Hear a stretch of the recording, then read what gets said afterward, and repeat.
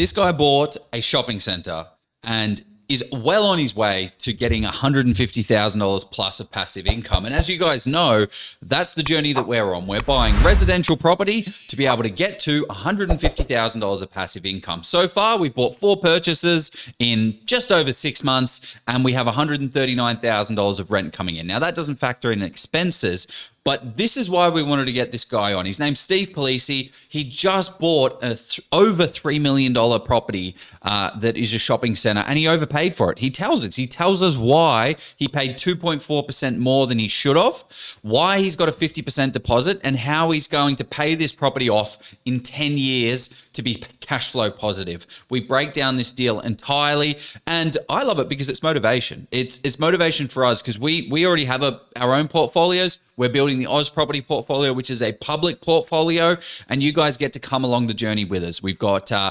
2 renovation projects. We've got a property that has subdivision potential, and then we've got a block of units. We will break down those deals in the coming weeks, actually. I think we need to do more on this YouTube. If that is something that you guys like, throw it in the comments. Say, Joe, show me the portfolio, or show me the money, just to, play on that meme. But if you don't know us, hey everyone, my name's Joe Tucker. Together with Jeff Miles, we created Oz Property Investors. Now, this is Australia's largest property investment community with over 79,000 property investors. Every single week, we interview top property experts and we unpack their lessons, unpack their insights and what they've learned and how they've done what they're trying to do so that you don't make the same mistakes that they've done, but you can kind of get the same results that they've gotten. And we do that free for you guys. So like and subscribe. This session is all with Steve Palise. He's a legend in the commercial property space. And we unpack how he got to this point, but also more importantly, the steps along the way to be able to actually end up there. So his journey is not an overnight success. It's taken 13, 14 years, but he has absolutely crushed it. So let's jump into the session.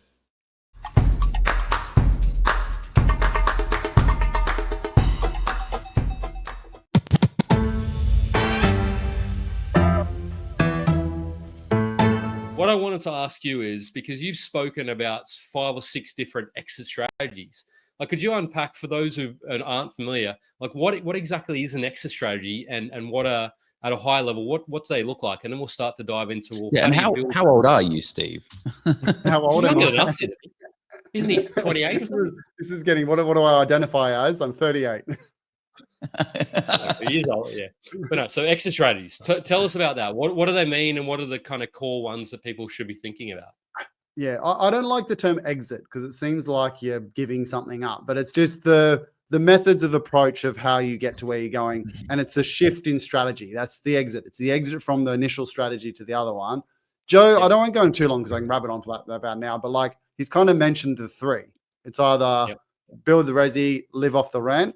Then each of those strategies has another strategy where, say you build your resi, you have your passive income, you can do a cash injection by selling one. And then you have your funds that way. And then that will flow on to the next one where you can then put those funds into something that might be high yielding to build that passive income. And you can sell all of them. You can keep some of them. You can refinance them. That's even a strategy where you refinance it, pull out the equity if you've got a good passive income. So it's just how you change the strategy to get to your final goal and how you stage that over time.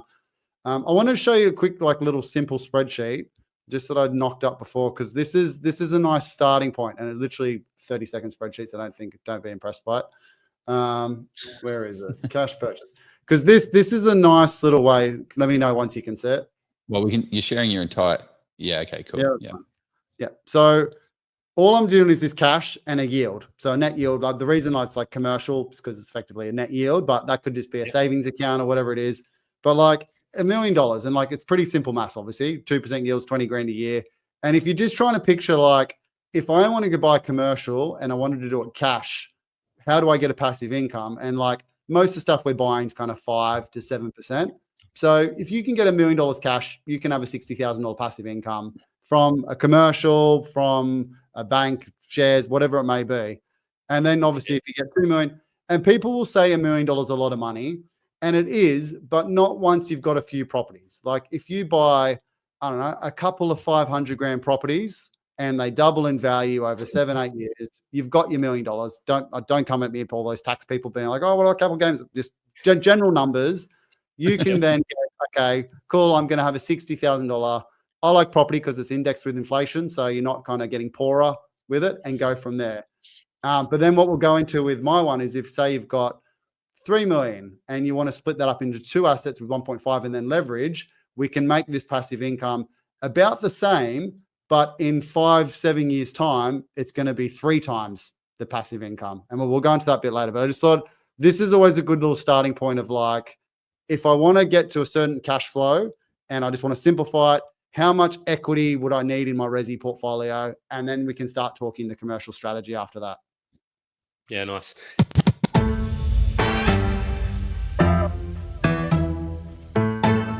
I want to point out, though, the risk with resi at the moment is you're buying negatively geared assets where you're kind of shooting yourself in the foot if interest rates go up. That's not as big a deal with commercial. The obvious ones are vacancy, because resi, you lose your tenant, you fill it reasonably quickly. Commercial, you lose it where if you buy a bad one, years at a time. But most of the stuff we buy is kind of like a 1 to 6 months is vacancy.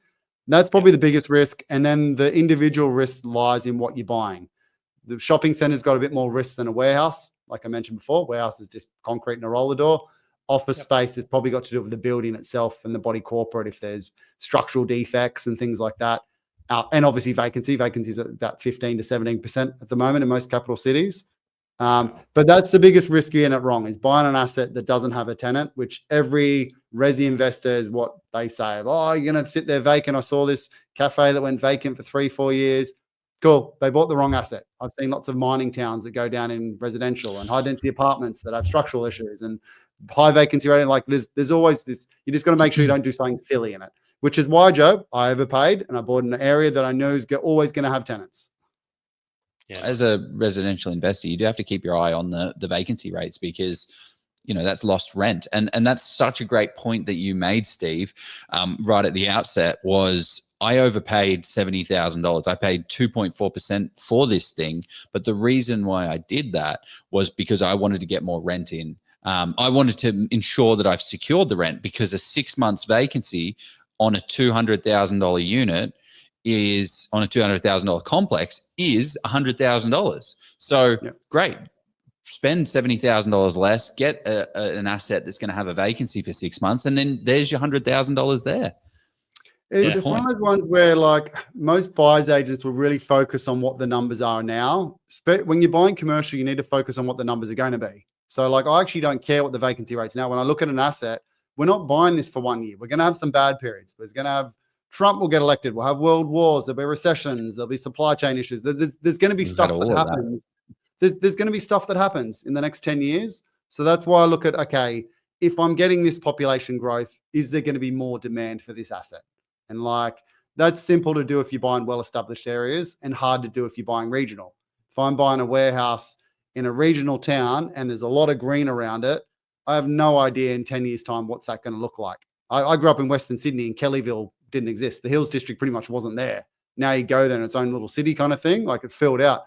But that's what you look at. And I like buying in the well-established area. So if I buy a warehouse completely surrounded by residential and there's truckloads of applications where they're doing developments of building more high density apartments, and the council's approximating in the next 15 years, there's going to be 20, 30% more people. I'm like, cool. They're not building any warehouses. I'm just going to have 20, 30% more people. Warehouse space should be in more demand then. Like that's the thing. And we're going to have those ebbs and flows, but you got to have that long-term mindset. I'm yet to meet anyone who's been able to predict the market that well.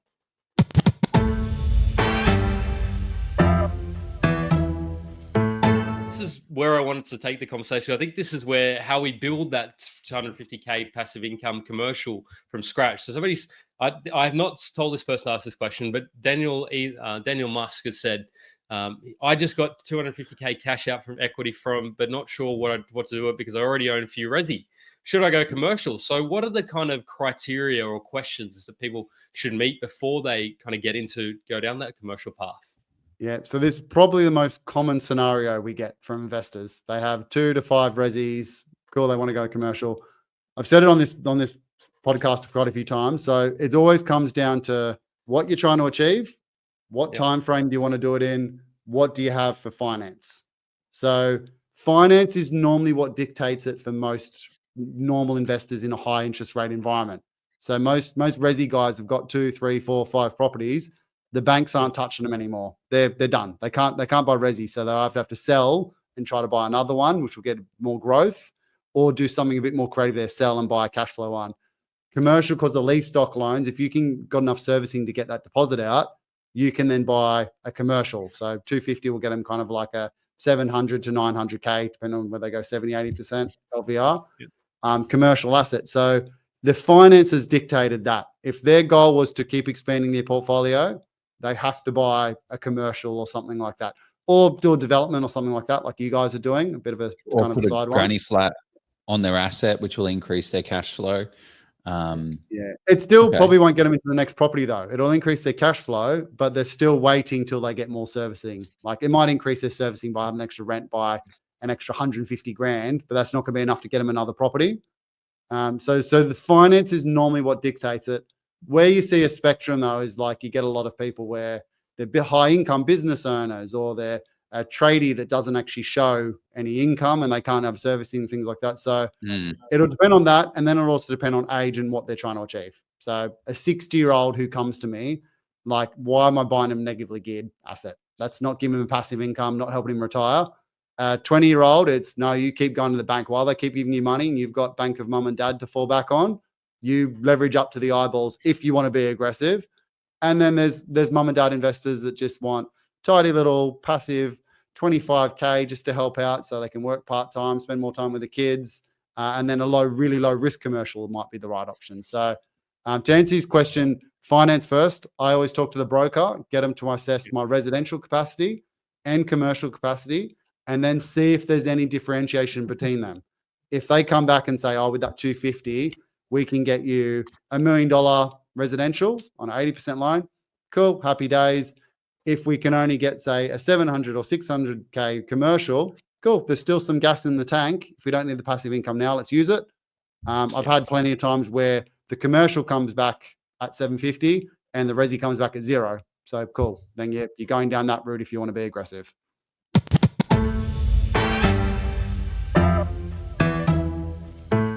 Can we get a cash flow positive commercial property for $450,000? So is there like because even a 30% deposit on $450,000 is not an incredible amount of money. Like how do we think about this?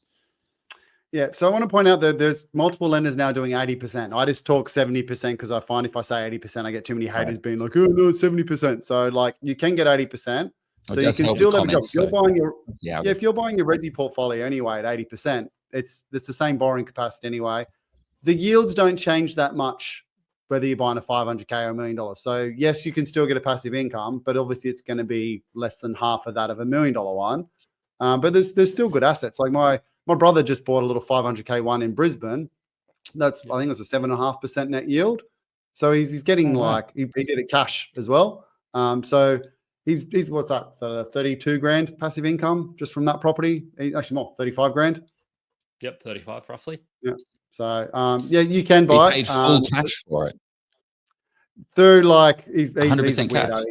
He's weirdo. He paid off his house. He bought a 320 grand house in Western Sydney 15 years ago and paid away, and then he's built up savings. He's actually, you think I'm risk adverse. He is the opposite. He also runs our DD department and runs the due diligence thing. So he's very risk adverse, which is fine. He's got 3 kids, 4th kid coming on the way, house paid off, good income through work, nice little passive income. Buy 1, 2, 3 of those. Cool. He's got a very secure $100,000 passive income that way. So it just kind of we look at it, but can't remember what I was saying. Yep. Yeah. Okay. So $500,000 commercial. Yep. You can properties still exist. Get one. Yep, they do exist. Just don't expect to get like a 5-year tenant kind of thing. It's going to be very small, like electrician or like panel beater, or whatever it may be. They're going to come and go quite regularly, and they're not going to sign big long leases with secure guarantees on the lease. They're going to be 12 months, 24 months. You're probably going to get a new tenant every 3 to 5 years. Good thing is in some areas, the vacancies are really tight. You fill them in like a month and you go again. But that also wipes out one of the benefits of commercial, which is lease stock. If you're buying a 500K, you're not getting something on a 3, 4, 5-year lease so you can get a lease stock loan. You'll have to do it through servicing. So then it starts to become a bit of a harder argument of like, okay, I'm not doing this for finance. I'm doing this because I want to buy and build a cash flow.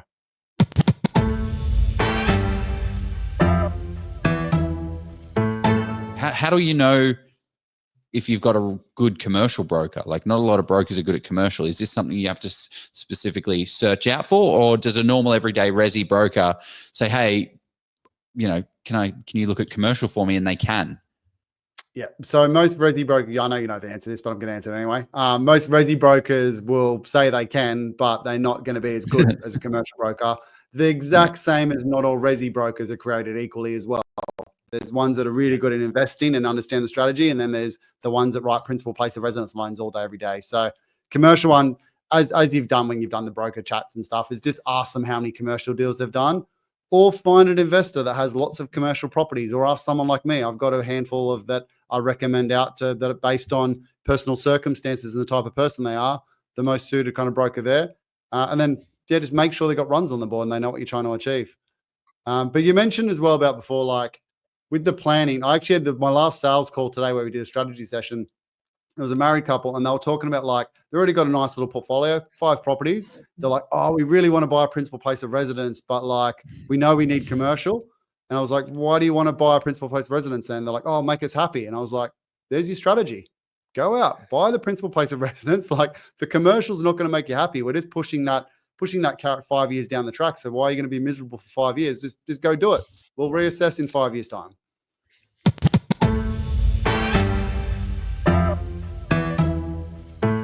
When you find out residential property or any property, what is the main things you need to consider, and how do I find out what to consider? I think for me, it comes down with like high level macro due diligence, major things: bushfires, floods, easements, value. Is this a good property in a good location? Like, these things you can't change. You can't buy, like, if it is a property that is in a flood zone that's opposite whatever, a vape shop.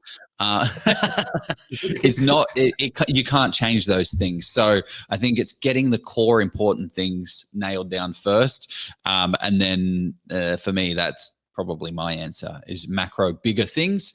Don't do, like, oh my gosh, like we've done so many purchases where we've pulled out of a deal because of something stupid, like it doesn't have an air conditioner, it doesn't, the water heater's busted, and the person doesn't want to pay, like the vendor doesn't want to pay for it.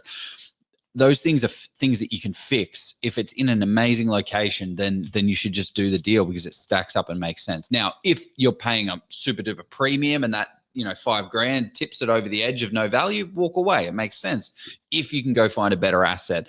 But for me, it's high level macro stuff. I don't know. What about you, Steve? How do you think about this?